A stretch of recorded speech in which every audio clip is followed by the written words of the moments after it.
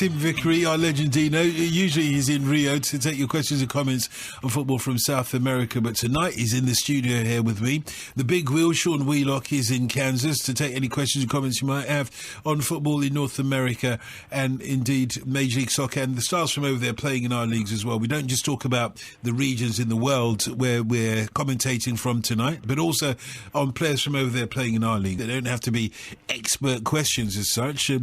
Tim usually gets asked questions about, I'm coming over to South America very soon. Can you show me around Rio? Well, they don't have to be expert questions, but they're not always going to receive expert answers. Sean, I'm coming to Kansas very soon. Can you show me around Kansas? Oh, I have great Midwestern hospitality. I'll pick you up at the airport. We'll get together with my English wife, maybe go out and have a curry. And I'll take you to a Major League Soccer. A curry? Go see Kansas City Wizards. A curry? Excuse me. Isn't that what all English people eat? That's what my wife told me. Yeah, this is very true. We're not coming over to Kansas to eat fish and chips. David in Elstree, good morning. Yeah, hello, Dotton. How are you? I'm very well, thanks very much. You got a question for Tim, yeah? Go ahead. For both, actually. Oh, go ahead. Right, for Tim, I'd like to find out about Danielson. I've found out he's obviously playing for Atletico Mineiro. And he missed a sitter the other day, so I wondered whether he's still any good as being the world's most expensive player a few years ago to go down to Atletico Mineiro. It's a bit of a come down. Right country, wrong club. He's with Palmeiras. Palmeiras, sorry, yeah. Who are doing well. Danielson is making a contribution, but he's come nowhere near fulfilling the hopes that we had of him, say, 11 years ago.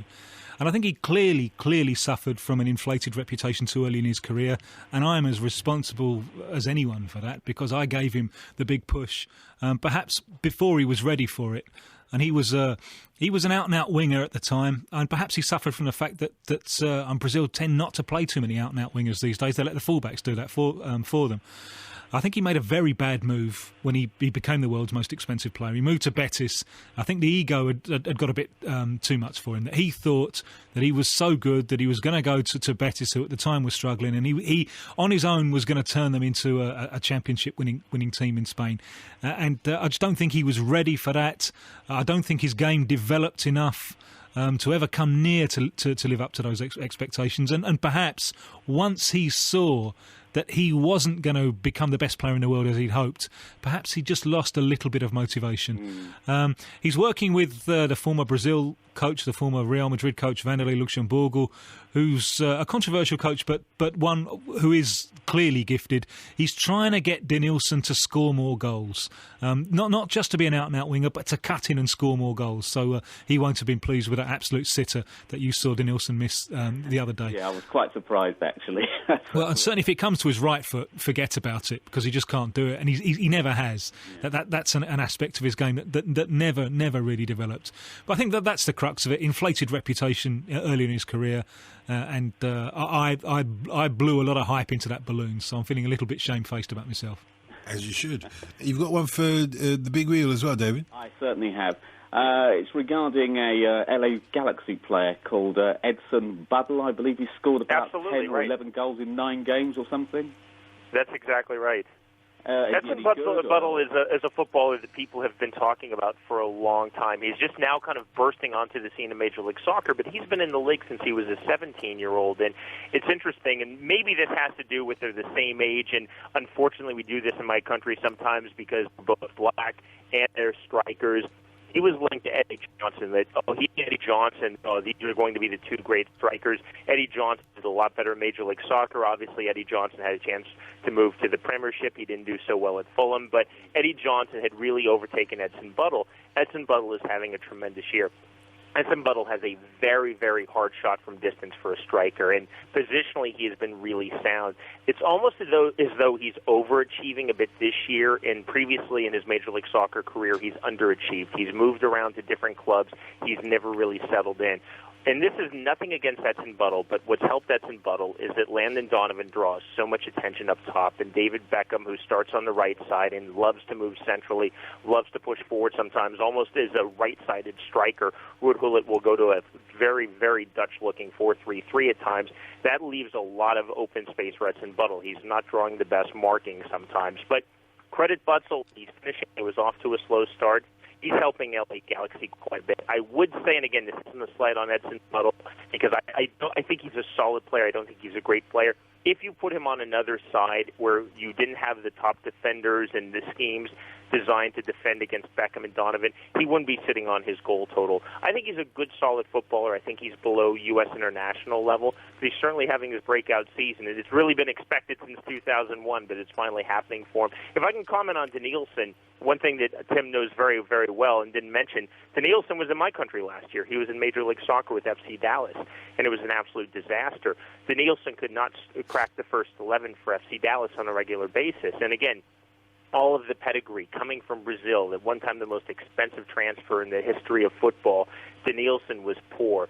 People talked in Major League Soccer quietly about a lack of fitness, a lack of motivation. Maybe he just did not want to be there. Danielson did not even last a full season. When they had a chance to veto his contract in the closed season, they did just that. Danielson made absolutely no impact with positive nature in Major League Soccer. David, thanks a lot for the call. Dara in Ireland, good morning. Good morning, Jonathan. It's a pleasure to be on the show again. It's a pleasure. Go on. I have a question there for Tim. It's about players being owned by a third party like Tevez and more recently Joe coming from CSKA Moscow. Is there a lot of players like that in South America and around the world? And basically, what's his view on it? There are hundreds, especially in Argentina.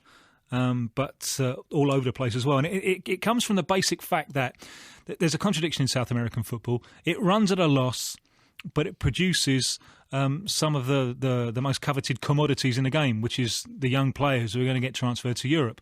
So the club, very often, it can't pay its wage bill. So what does it do? In order to get some money up front, it sells off part of the registration or sometimes all of the registration of its player, of a star player who's going to be transferred just in order to pay last month's wage bill. So this is something which is really, really rife. There's a kind of project, a kind of bill going through the Argentina political system at the moment, a proposal to have some kind of register just to track down who is actually owning the players. And the proposal, I think, says it will, and if it goes through, it will oblige the clubs to own at least 30% of the players and then to keep a register of the people who own the other 70% or whoever. But I think it's all really it's asset stripping. These investment consortiums or something, what they're doing is they're looking at South American football. They're looking at the weakness of the clubs, of the weak financial position of the clubs, and they can take advantage of the weak financial position of the clubs by getting a stake cheap in the player and then looking to make a killing when the player moves across to Europe. Now, obviously, the guy caught up in the middle of this is the player, because very often the move is not in his best interests. He's moving too soon, perhaps, or to a league or to a club that's not particularly adequate for that player.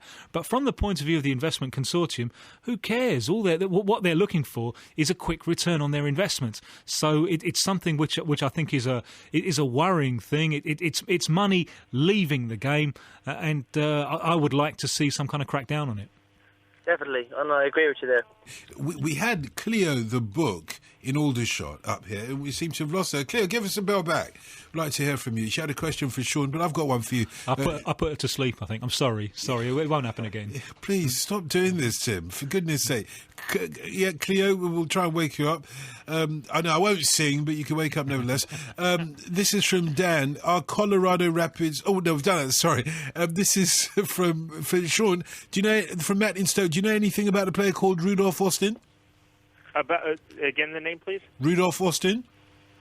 No, I don't. Okay, we've got Cleo, the book, back from Aldershot. Cleo, good morning. Good morning, Dalton. Sorry to lose you for a second, but you had this important question for Sean, so I thought... The US... Hi, Cleo. Hello, Sean. The US Olympic squad has been announced. No surprise, you said that Josie Altidore and Eddie Adu. But the surprise has been Brian McBride. I thought he retired after Germany 2006. Could you comment on that? And also, have you heard that there's been a lookalike of Sven-Goran Eriksson going around in Mexico? Derek Williams, a comedian. That was no looker, right? That really was Sven-Göran, wasn't it? Sean. That is very... I've not heard the Sven-Göran Eriksson look-alike. And, Cleo, I'm so glad that you asked this question because it was something I really wanted to talk about tonight on the program. Brian McBride, one of the greatest ever strikers for the United States, I don't know if anybody who's ever met Brian McBride dislikes him. I don't know if anybody who ever played against him in either the Premiership or in Major League Soccer disliked him. He is a fantastic guy, and I think this is an introduction for Brian McBride back into the U.S. squad. Again, he retired when he was still very, very much at the height of his powers after World Cup 2006. He's the only true target striker for the United States. Of all the strikers floating around America, both in Major League Soccer and abroad, who can play for the United States, he's the only striker that really has that top level of finishing ability in the air. And Brian McBride also is the rare striker who got better in his 30s. He was much better at 33 than he was at 23 or even 28. And I think he retired prematurely. Look like his football career was over. If you'll recall, his kneecap shattered playing for Fulham early on in the last Premiership season, and absolutely out of nowhere to be named as one of the 3 overage exemptions for the United States Olympic squad. I think this is a test to see if Brian McBride has the stomach for international football once more, to test and see his knee. He was able to return for Fulham at the end of this Premiership season, something that for a 36-year-old striker to come back from a shattered kneecap is a testament, I think, not just to his training, but really to his character and to his strength of heart. So Brian McBride is in the Olympic squad. I'm hearing he'll probably move to Chicago Fire. I think he's done with English football. He wants to move home and finish his career. He's from Illinois. It looks like Chicago Fire is the club that's trying to land him, although Toronto FC has his rights. If McBride does well in the Olympics, I think if he settles in Major League Soccer, he'll probably be reinstated and unretire from international football and be back for the senior squad. I can tell you the U.S. needs him. As long as he's fit, he's in the first 11 as an automatic select for the World Cup qualifications. And a question for Tim. Yeah, go ahead, Tim. Last week I asked you a question about Argentina. We were so caught up in Ronaldinho, I didn't answer it. Maximilian Morales and Gonzalo Higuain, they've been left out of the Argentina Olympic squad. Have you any idea why this is? I think perhaps because they can only take 18. It's not an easy choice to make, I think, to whittle all the promising youngsters Argentina have down to a squad of 18. In the case of Higuain, I think they might miss him. They've taken a risk. They've gone without a target man striker. If you look at the front men, they've got Messi and Aguero of Atletico Madrid. They've got Lavezzi, who's a little striker who works the flanks very well, and they've gone for Acosta, who's a similar kind of player to Lavezzi.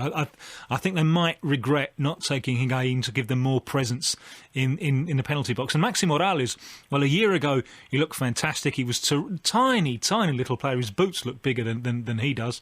Had a wonderful time in the World Youth Cup a year ago, which Argentina won.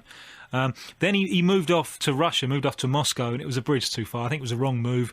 Was swiftly back in Buenos Aires with Racing Club, and his form a little bit affected by their fight against relegation. I think that there's and maybe I think that the coach has gone for players like Maxi Morales, but more wider midfielders. Morales plays better, I think, through the centre sometimes. They've gone for the likes of Di Maria, who bursts down the left flank very well. Buonanotte, who's another tiny little player who I think has just nipped in front of Maxi Morales to take his place. Buonanotte, a tiny little left-footed player who's had a terrific season with River Plate. So I think that's the reason he's just been squeezed out, and it's difficult to pick everyone when you've only got a squad of 18. That's right enough. Cleo, thanks very much for the call. Steve in Ilford, Essex, good morning. Good morning, Don.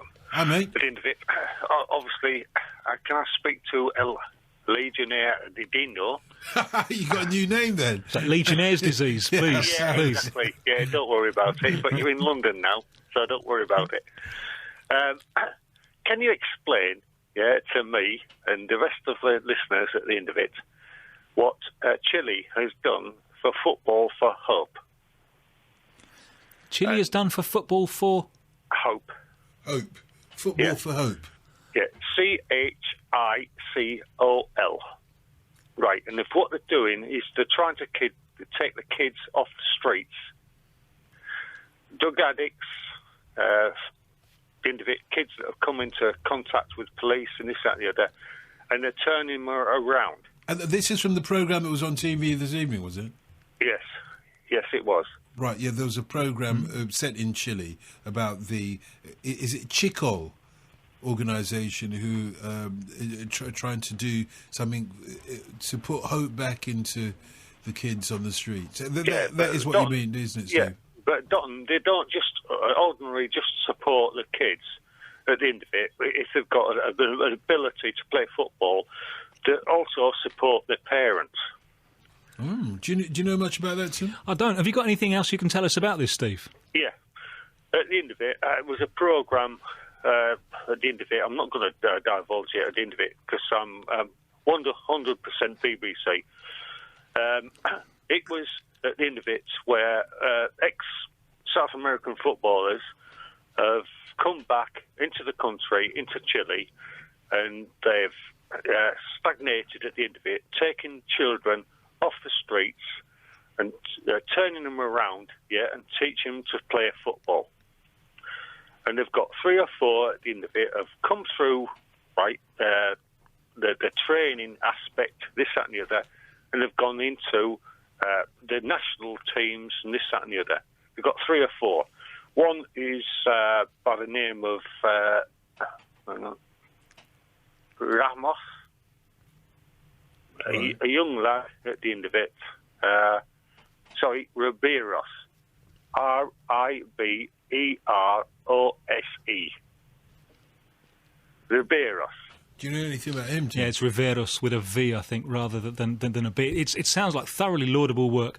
I don't know this particular one. I do have experience of similar projects in Brazil. Yeah, but has it carried on, Tim, at the end of it, within the South African network, at the end of it, South American, I should say, at the end of it, and also African network? Has it carried on? I don't know, and I'll have to check it out. As I was saying, I've experience of some of these projects in Brazil. Gerson, the 1970 midfielder, he's got a wonderful, wonderful social project just over the other side of the bay from Rio in Niterói, where he lives and where he grew up, which is more of a social and educational thing, a thing of getting kids off the street, giving them somewhere to go, giving them somewhere to be fed, rather than a place that's looking to develop footballers.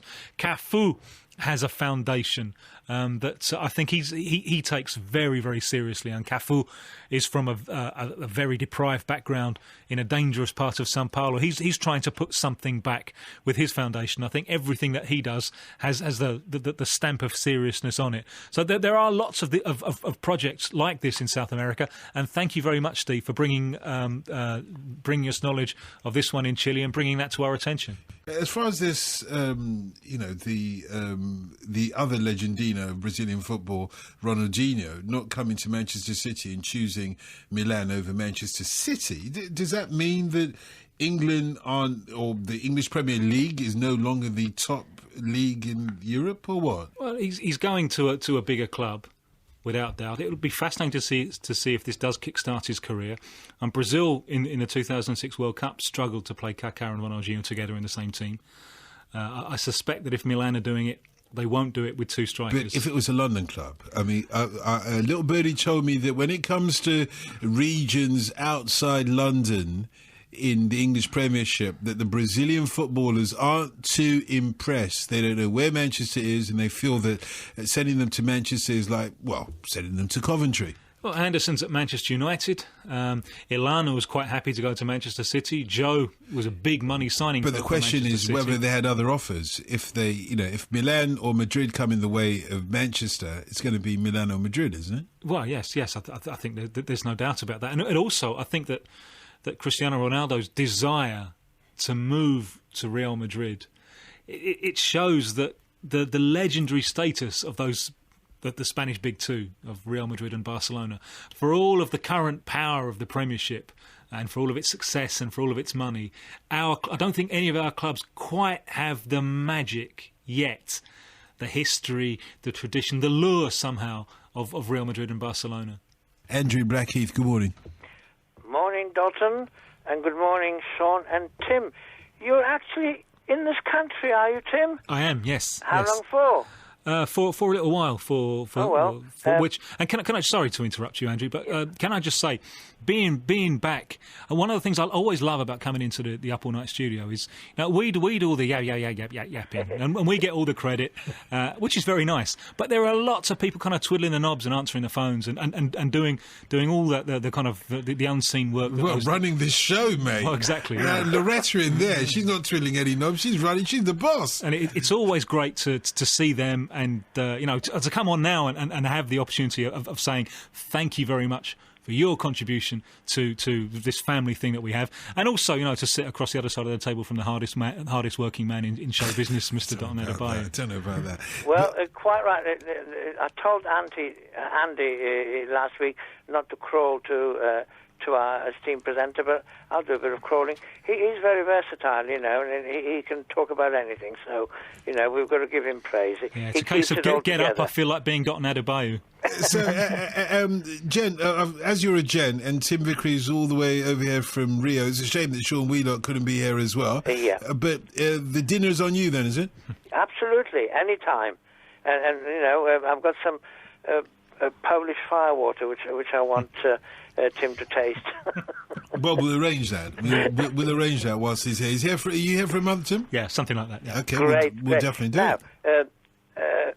First of all, if I may talk to Sean, and then don't cut me off, I want to ask Tim something as well about some South American footballers.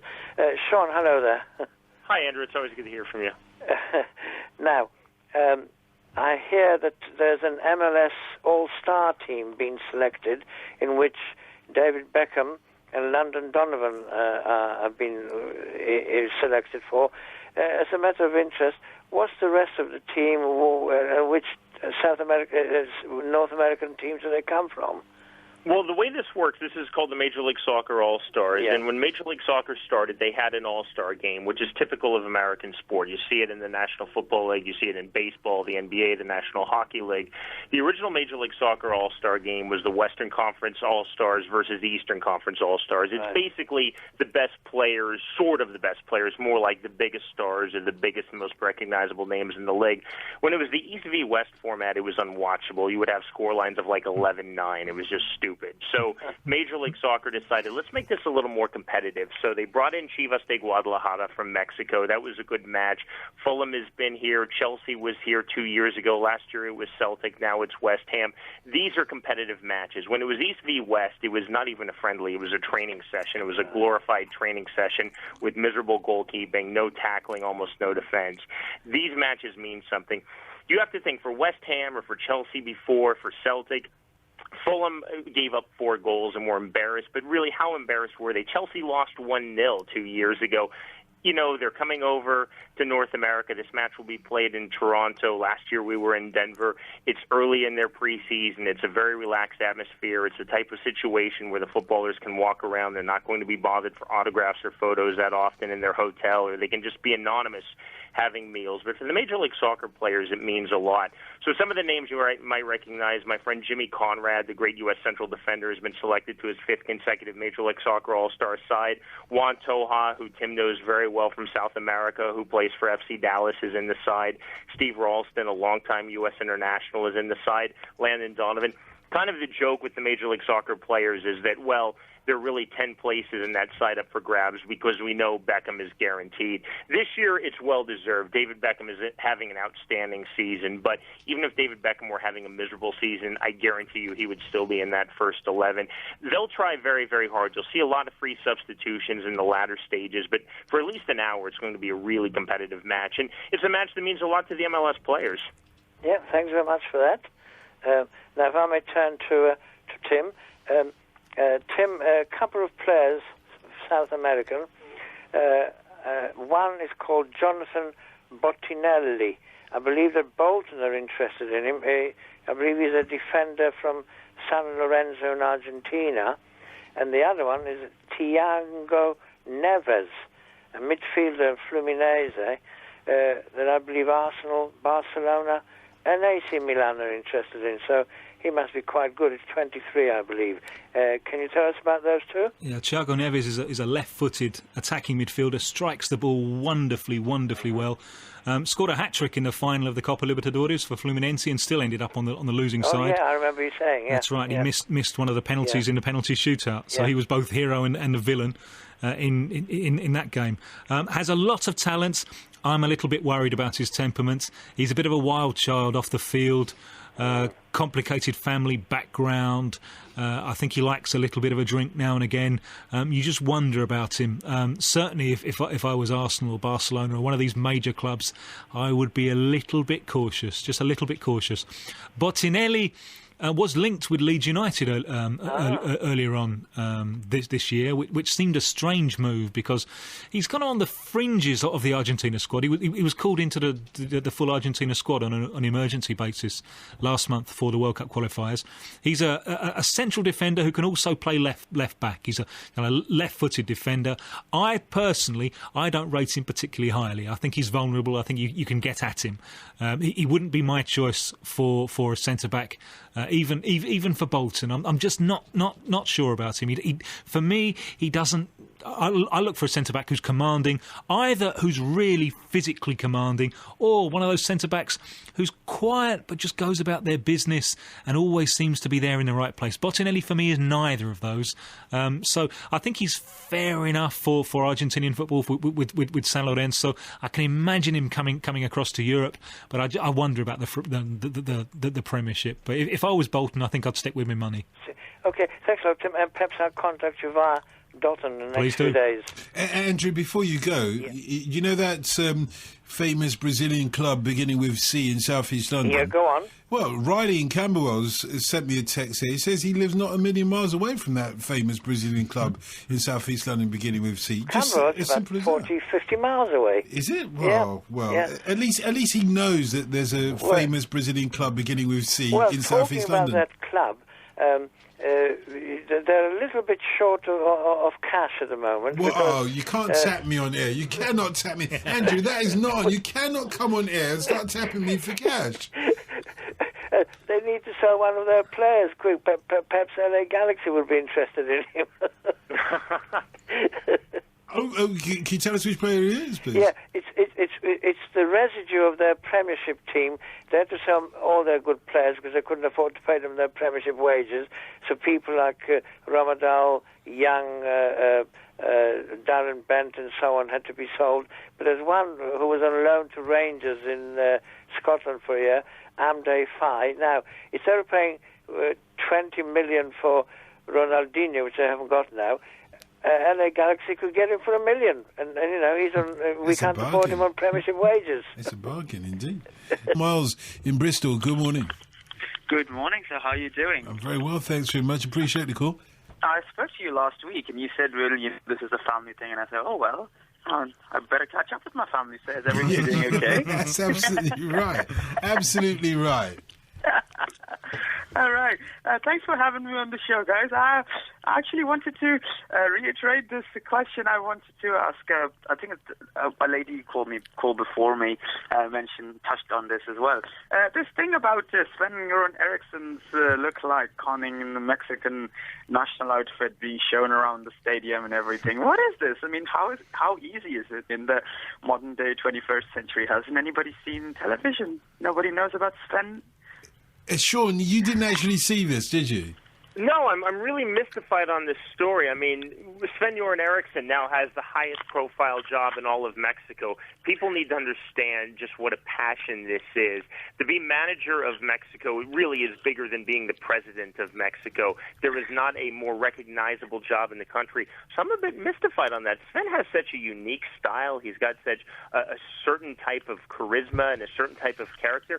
He would be very, very difficult to miss. I think he would really stand out. So for a lookalike, now I'm a bit intrigued on this concept. It's a fabulous lookalike, and it was so good. His name's Derek Williams, by the way. So good that he took in a coach. He took in Ricardo Ferretti, who's a Brazilian coach, who's been working there for years. But I think Ferretti was perhaps a little bit slow on the uptake because they were chatting away in kind of I am Swedish, kind of English, and Eriksson speaks Portuguese, so there was no need. You know, they could have spoken Portuguese together. So and Ferretti perhaps was not quite at the races that day. But on the lookalike thing is, have you seen it? He's good. He looks like him. I mean.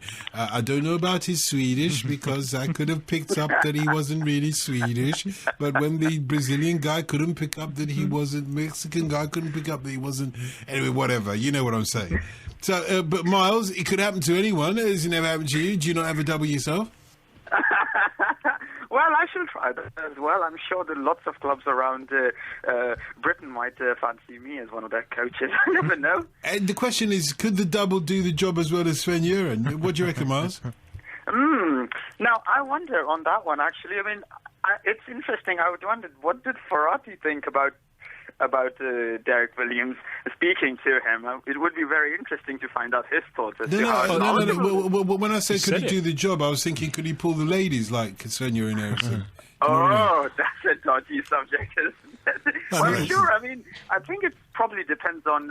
Sven, when he was England manager, we kept hearing about his escapades, but when he is Manchester City manager, I don't think too much came around, so I suppose it's there are a lot of beautiful ladies in Mexico. That's true, actually, isn't it? And, I suppose it kind of comes and goes. So I suppose is one of, you could probably call it that with Sven as he changes jobs, which seems like very often he does. Seems like at one job he's at this peak and no woman in the world finds him less than insatiable, and in the next job it's like you never hear anything about it. So I wonder, after Manchester City and let's say a quote-unquote dull spells for Sven, I wonder if this is back to crest again. Well, we'll find out. Miles, thanks a lot for the call. I wonder, Sean, if any of those El Mariachi singers have sung a song about Sven. Remember the one that they did about him over here? Sven-Göran Eriksson. Have they done a song like that about Sven? Mariachi? If he wins, they will sing a lot of good songs about him. And if he loses, especially if he loses to the United States, they'll be singing a song about how he got sacked and how he was a dismal failure. You know, I give a lot of credit to the Mexican FA, all kidding aside now.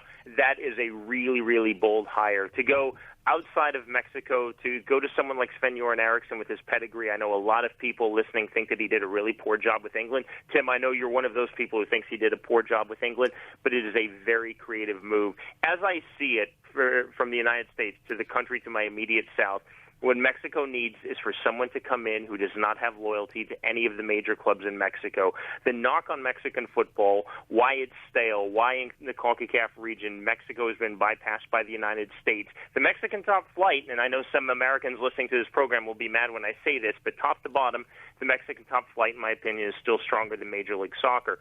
But at the international level, the U.S. squad is much, much stronger than the Mexican squad, the Mexican national team. And some of that comes from staleness. The players are just automatic selections, or players from the biggest clubs like Chivas de Guadalajara or Club America, for instance, get first choice over maybe some young and more talented players who are on some of the smaller clubs. Sven-Göran Eriksson will be oblivious to those politics, at least at first.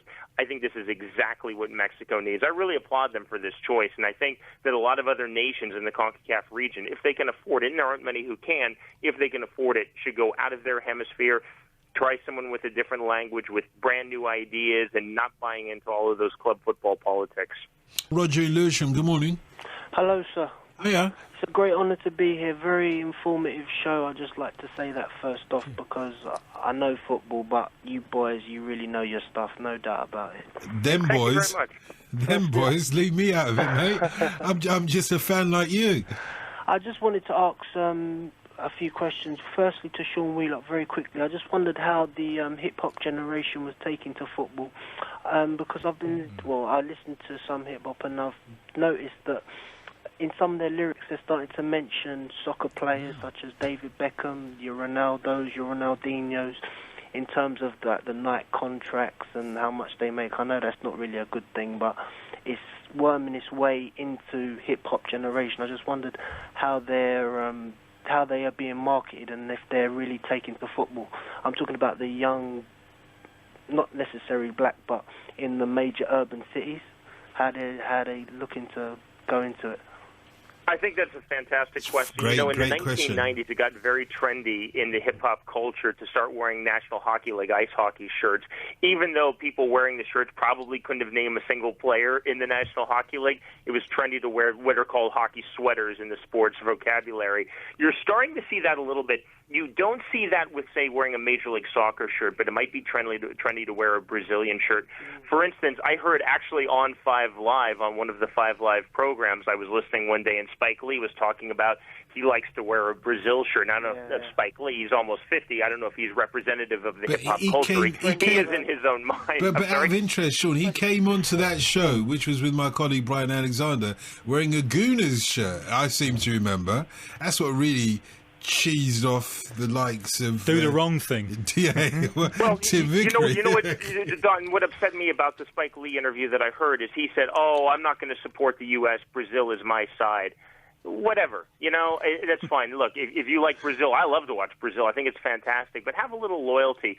I don't like people who in the United States are saying, I'm going to be the trendy fan. I love David Beckham. I actually never saw him play for Manchester United, and I know nothing about him, and I've never even heard of Real Madrid. That's what we call the sort of thing, wearing a Brazil shirt. But that's what we call the Norman Tebbit acid test. So Spike Lee failed that. But going back to Roger's question, and really, Roger, I think we're all three of us here impressed with the question because we haven't heard this one before, seen it from this angle either. I didn't know anything about it. If you know, I was listening to some, you have Lil Wayne, the 50 Cents, Nick Cannon. They start to mention, like, David Beckham, his shoe contracts. Also, as you said about Spike Lee, he's got an affiliation with Thierry Henry also. They're supposed to be good friends, put him in his movies and stuff like that. It's just very subliminal. I don't know if you can listen to it. They just, like, ink in names and how much they make and so forth. I don't know if you saw Ronaldinho when he come through into his San Siro official presentation. I mean, if you close your eyes, you would have thought he was 50 Cent. He had on all the platinum, his R10 chain, his plats. Oh my goodness. He was blinging it up big. But Sean, is that a way that football can break through in the States by not coming from a sports angle, but coming almost from a fashion angle? The hip-hop generation define a lot of youth culture in America. Could they be the ones to break sports there? Absolutely. No, please, go ahead. Yeah, I just want to mention, two names. I'm not sure if you heard of them, Noel Devine and Terrell Pryor. No, I don't. I don't know those names. Okay, it's no problem. So go on, carry on, sir. No, I think your question was fantastic, and I love ways to look at football from a fresh perspective, and you've given us that. It's a very, very well thought out question. Someone like David Beckham in the United States is not an athlete. He's not a footballer. He's not a midfielder for Los Angeles Galaxy. He's a celebrity. And he, for whatever reason, has really tapped into hip-hop culture. I don't know if David Beckham listens to hip-hop. Yeah, he loves it. I don't know if he's friends with people in hip-hop. But people in the hip-hop community, white and black, Hispanic, Asian, whatever, people who think of themselves as in that hip-hop community, either as fans or as professionals, they see David Beckham with the wife, with the money, with the jewelry that he wears, especially with the tattoos, and they respond to that. He's immaculately dressed off of the football pitch. He has a certain style about him. Again, I know, like Sven-Göran Eriksson, an awful lot of people listening to this program don't like David Beckham, but he has done a brilliant job of selling himself as a celebrity. So someone who's maybe talking about, for instance, Ronaldinho or David Beckham, they're responding to them as almost celebrities, as pop culture icons. Thierry Henry is in a Razor commercial in the United States. There are millions, and I mean millions of people who know Thierry Henry from the Razor commercial who have no idea of what he does for a living. That's the weird disconnect in the United States, is that you can be a celebrity in this country and yet you're famous and people aren't quite sure what you're famous. I will tell you that the tide turned in the United States for David Beckham when the film Bend It Like Beckham came out. And I've pointed out on this program before, it bears repeating, there was resistance to release that film in the United States as Bend It Like Beckham because at the time he was such an obscure name. It would have been like Headed Like Peter Crouch. Americans would have thought, what are you talking about? But the producers of the film stuck really to their beliefs that they could market and sell the film. Bend It Like Beckham became a huge, huge hit in the United States, and it propelled David Beckham's name forward. I'm not so sure that David Beckham comes to Los Angeles Galaxy. I'm not so sure that he's the international icon as we view it from America if it's not for that film Bend It Like Beckham. Watch me crank that soldier boy. Oh, Roger, thanks very much. Mark in Slough, good morning. Good morning, Dalton. Hiya. And welcome back to London, the legend Dino. Thank you very much. Tim, I'd like to ask you, you mentioned earlier the Argentinian Olympic squad, a good young squad there. You've watched, obviously, a lot of football in Brazil, been over there for some time now. I was just wondering, Tim, is the coaching system in Brazil and Argentina completely different to England? I watch a lot of local football from under-9s right up to under-19s. And I don't see many skillful players. In Argentina and Brazil, there seems to be so many. Is there a big difference in the coaching? Perhaps we could learn in England quite a lot from what they do over there. Again, like Rogers, it's the previous one. It's a fascinating question. You know, lots of coaching specialists have gone over. You know, I've spoken to them. They've gone over from England or they've gone over from Australia to look at what Brazil and Argentina do. And sometimes they look at it and they say, well, they're not doing anything that's particularly different from what we're doing. I think a lot of the talent is natural.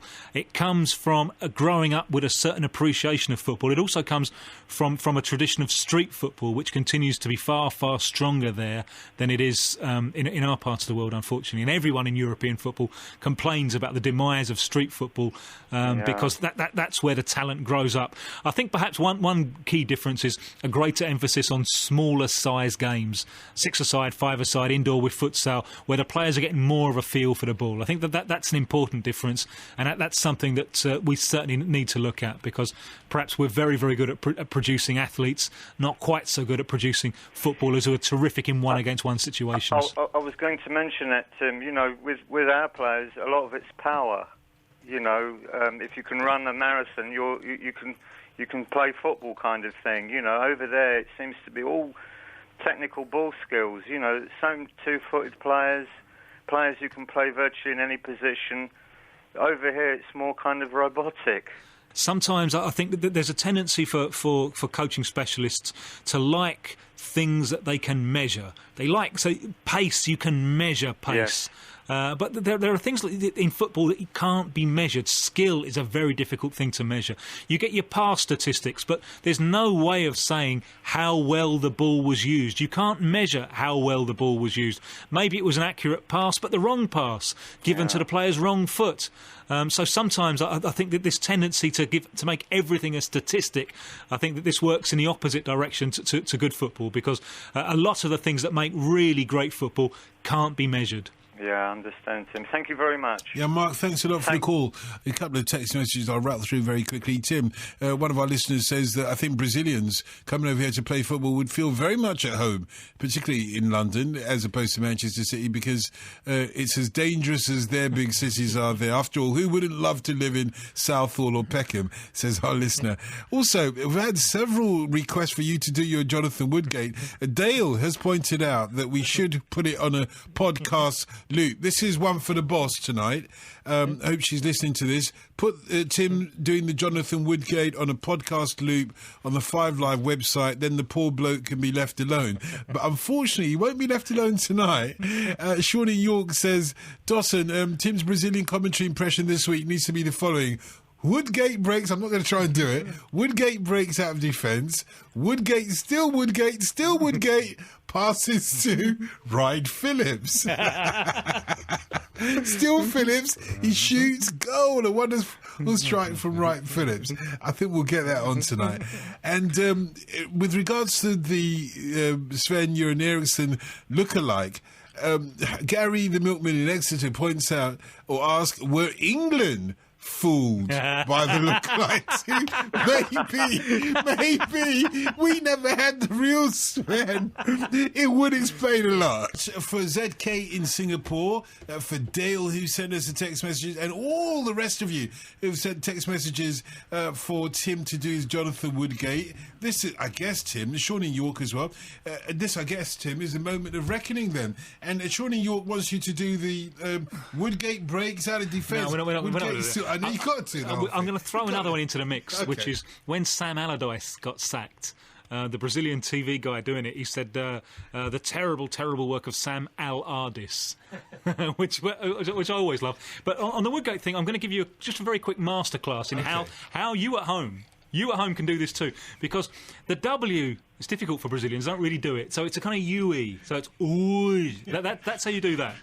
Then you get to the D, and the D's are kind of like it's like a JY, so ooji, okay, and then you get to the second half, which is the gate, and the problem here is the T, and it's like a CHE, gate.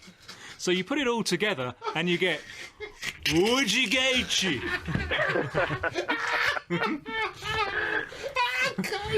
And now Dockner's going to laugh for the last 41 seconds until the 4 o'clock news. Come on, do the Woodgate and the Wright Phillips as well. Come on. Woodgate sai giocando, Woodgate. E gli passa la bola para Rai Fili. You've